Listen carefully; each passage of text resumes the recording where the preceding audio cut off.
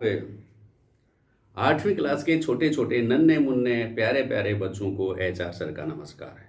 पिछली क्लास में हमने पढ़ा था कि फसल किसे कहते हैं और फसल कितने प्रकार की होती है। सबको याद है? ठीक है, तो आज हम क्या पढ़ेंगे कि भाई जुताई किसे कहते हैं, जुताई क्या होती है, बुआई क्या होती है और निराई क्या होती है। तीनों के बारे में जानेंगे। ध्यान से सुनेंगे, क्योंकि जो ध्यान से सुनेगा उसी के समझ में आएगा, जो ध्यान से नहीं सुनेगा उसके कुछ समझ में नहीं आएगा। ठीक है, तो ध्यान से सुनेंगे। पहली बात कौन सी है? जुताई। तो लिख ले भाई, लिख लो भाई। ठीक है भाई, ठीक है, तो जुताई लिख दिया भाई। जुताई क्या होती है, कौन बताएगा? जुताई की परिभाषा कौन बताएगा? देखिए, जुताई खेतों में जुताई करता है ना, किसे कहेंगे? पूछ ले भाई जुताई क्या होती है, तो आप क्या बताएंगे? मिट्टी को उल्टा पुल्टा करने की क्रिया जुताई कहलाती है। जुताई किसे कहेंगे? मिट्टी को उलटने पलटने एवं पोला करने की प्रक्रिया को जुताई कहते हैं। देखिए क्या हो जाएगी परिभाषा? मिट्टी को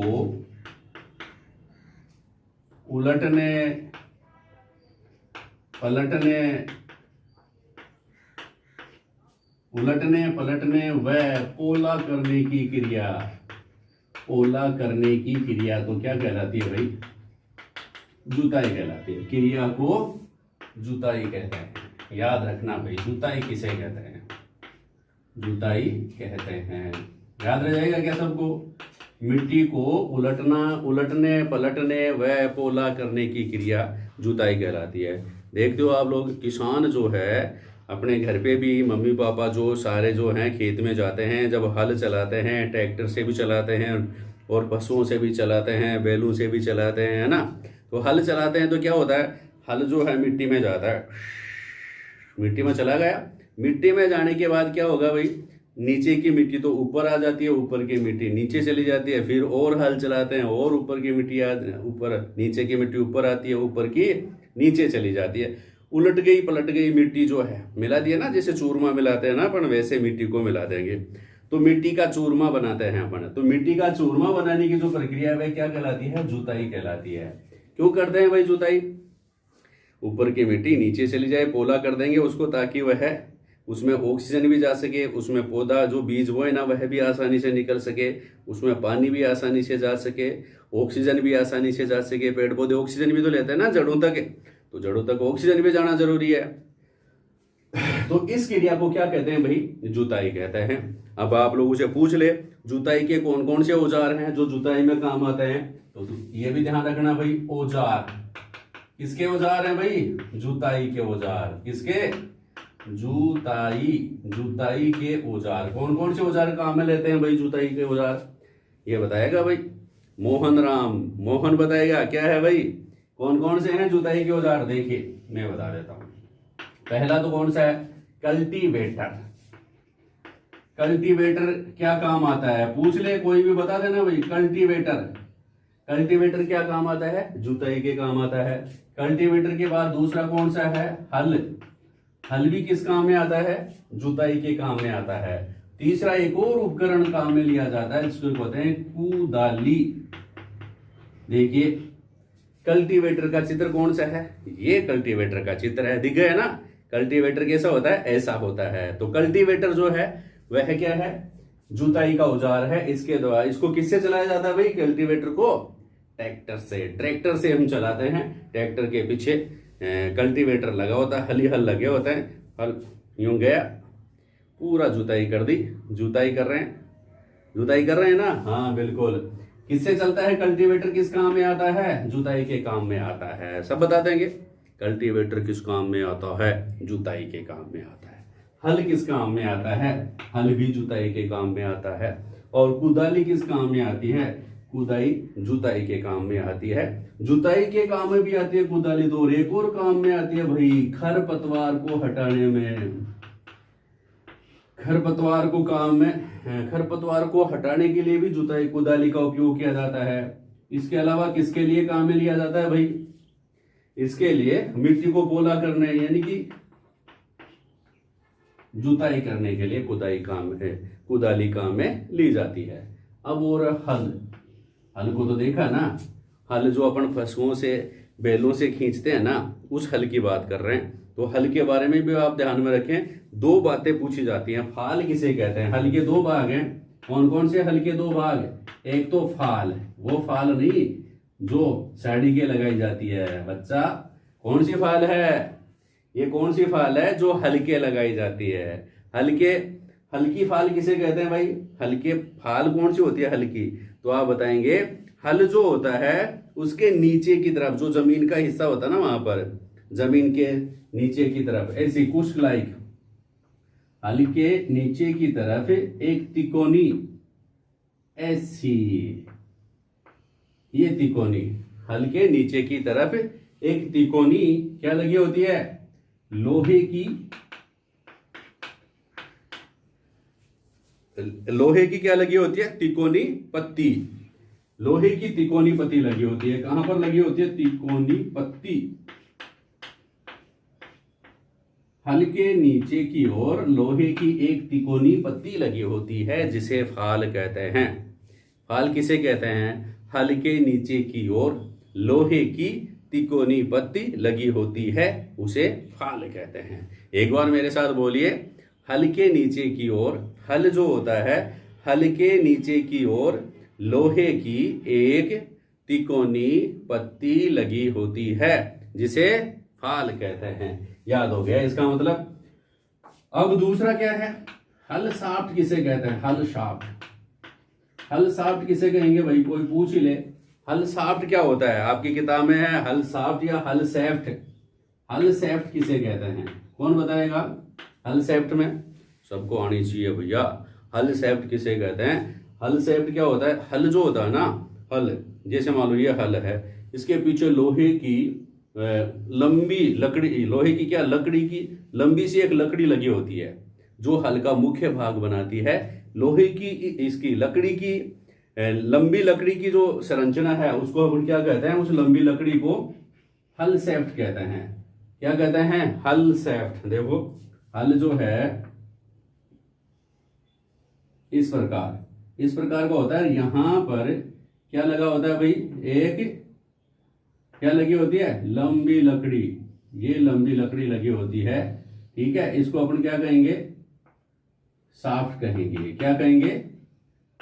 शेफ्ट, हल सेफ्ट कहेंगे। हल सेफ्ट क्या कहेंगे भाई?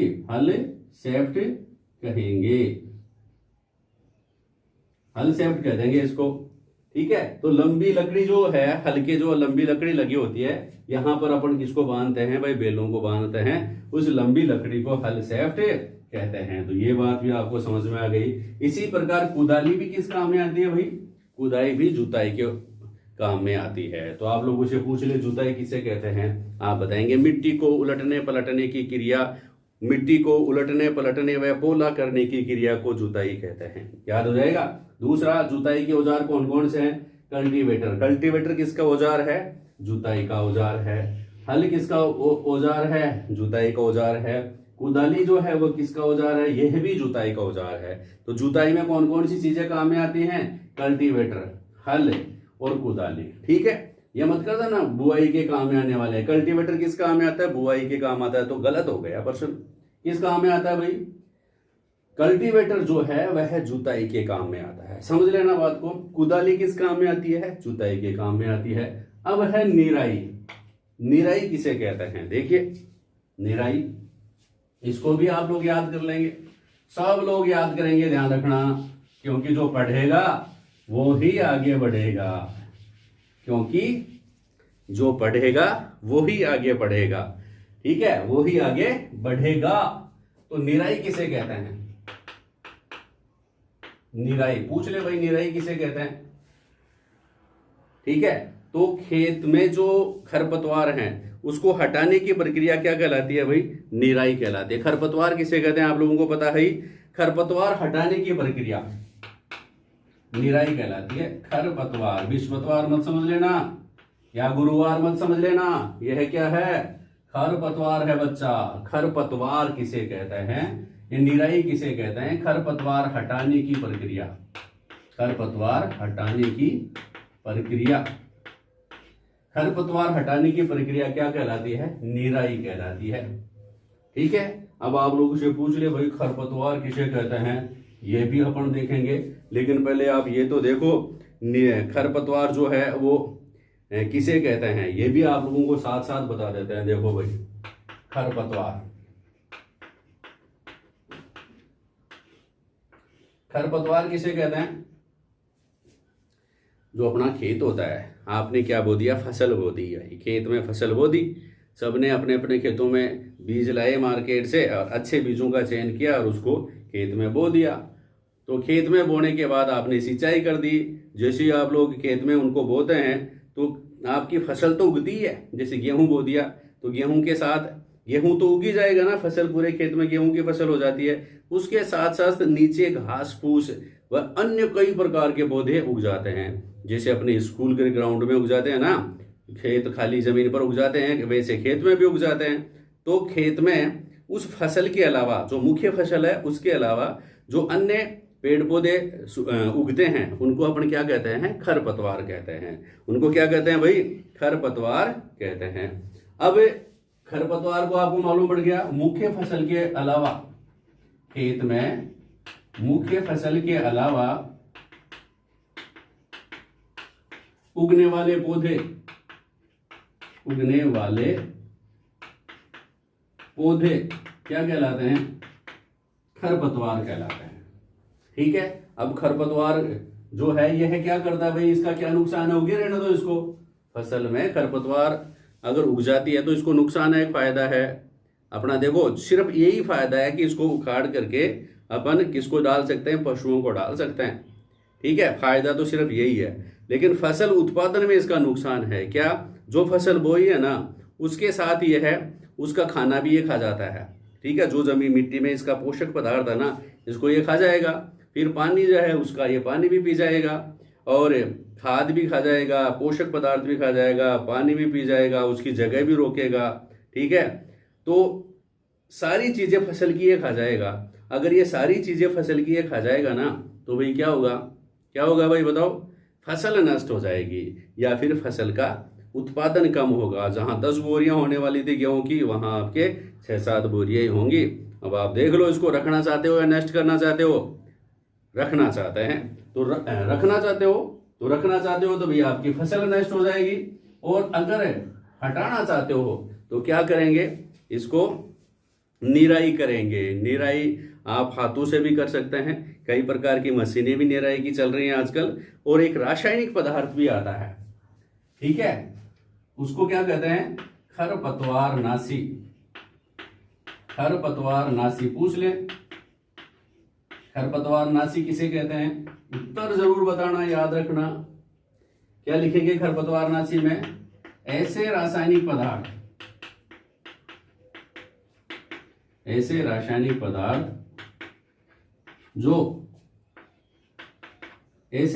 पदार्थ जो खरपतवार को नष्ट करते हैं। जो खरपतवार, इन रासायनिक पदार्थों को पानी में घोल करके स्प्रे कर दो, उनको छिड़क दो तो अपने आप, आपको हाथ से उखाड़ने की जरूरत नहीं है, आपको रापण से निनाण निकालने की जरूरत नहीं है। ठीक है, आपको उनको अलग मजदूर लगा करके उखाड़ने की जरूरत नहीं है। तो क्या करेंगे भाई? एक पदार्थ लिया, रासायनिक पदार्थ, उसको छिड़क दिया फसल में, फुहारे से छिड़क दिया ना, हाथ से ऐसे छिड़कते ही अपने आप जल जाएंगे, नष्ट हो जाएंगे। ऐसे रासायनिक पदार्थ जो खरपतवार को नष्ट करते हैं, खरपतवार को नष्ट करते हैं, उन्हें क्या कहते हैं? खरपतवार नाशी कहते हैं। क्या कहते हैं भाई? खरपतवार नाशी कहते हैं। अब कौन सा रासायनिक पदार्थ है जिसको खरपतवार को नष्ट करने के लिए काम में आता है? आंसर हो जाएगा 2,4-D। ये याद रखना, 2,4-D जो है ऐसा रासायनिक पदार्थ है जिसको अगर अपन फसल में छिड़क दें तो खरपतवार अपने आप नष्ट हो जाएंगे। इसे कहते हैं खरपतवार नाशी। परिभाषा समझ में आ गई? ऐसे रासायनिक पदार्थ जो खरपतवार को नष्ट करते हैं उन्हें खरपतवार नाशी कहते हैं। उदाहरण क्या हो जाएगा? 2,4-D, 2 लिख दो, कोमा लगा के 4 लिख दो, डैश लगा के D लिख दो, 2,4-D। ठीक है, आ गई बात समझ में? तो आज की क्लास में आप लोगों ने क्या क्या पढ़ा भाई? आपने पढ़ा जुताई किसे कहते हैं, आपने पढ़ा बुआई किसे कहते हैं, आपने पढ़ा निराई किसे कहते हैं। कल की क्लास में और आपके टॉपिक हम आप लोगों को अच्छे से बताएंगे, समझाएंगे और लिखवाएंगे। ठीक है, तो आप डेली पढ़ें और डेली थोड़ा थोड़ा आगे बढ़ें। ठीक है, धन्यवाद।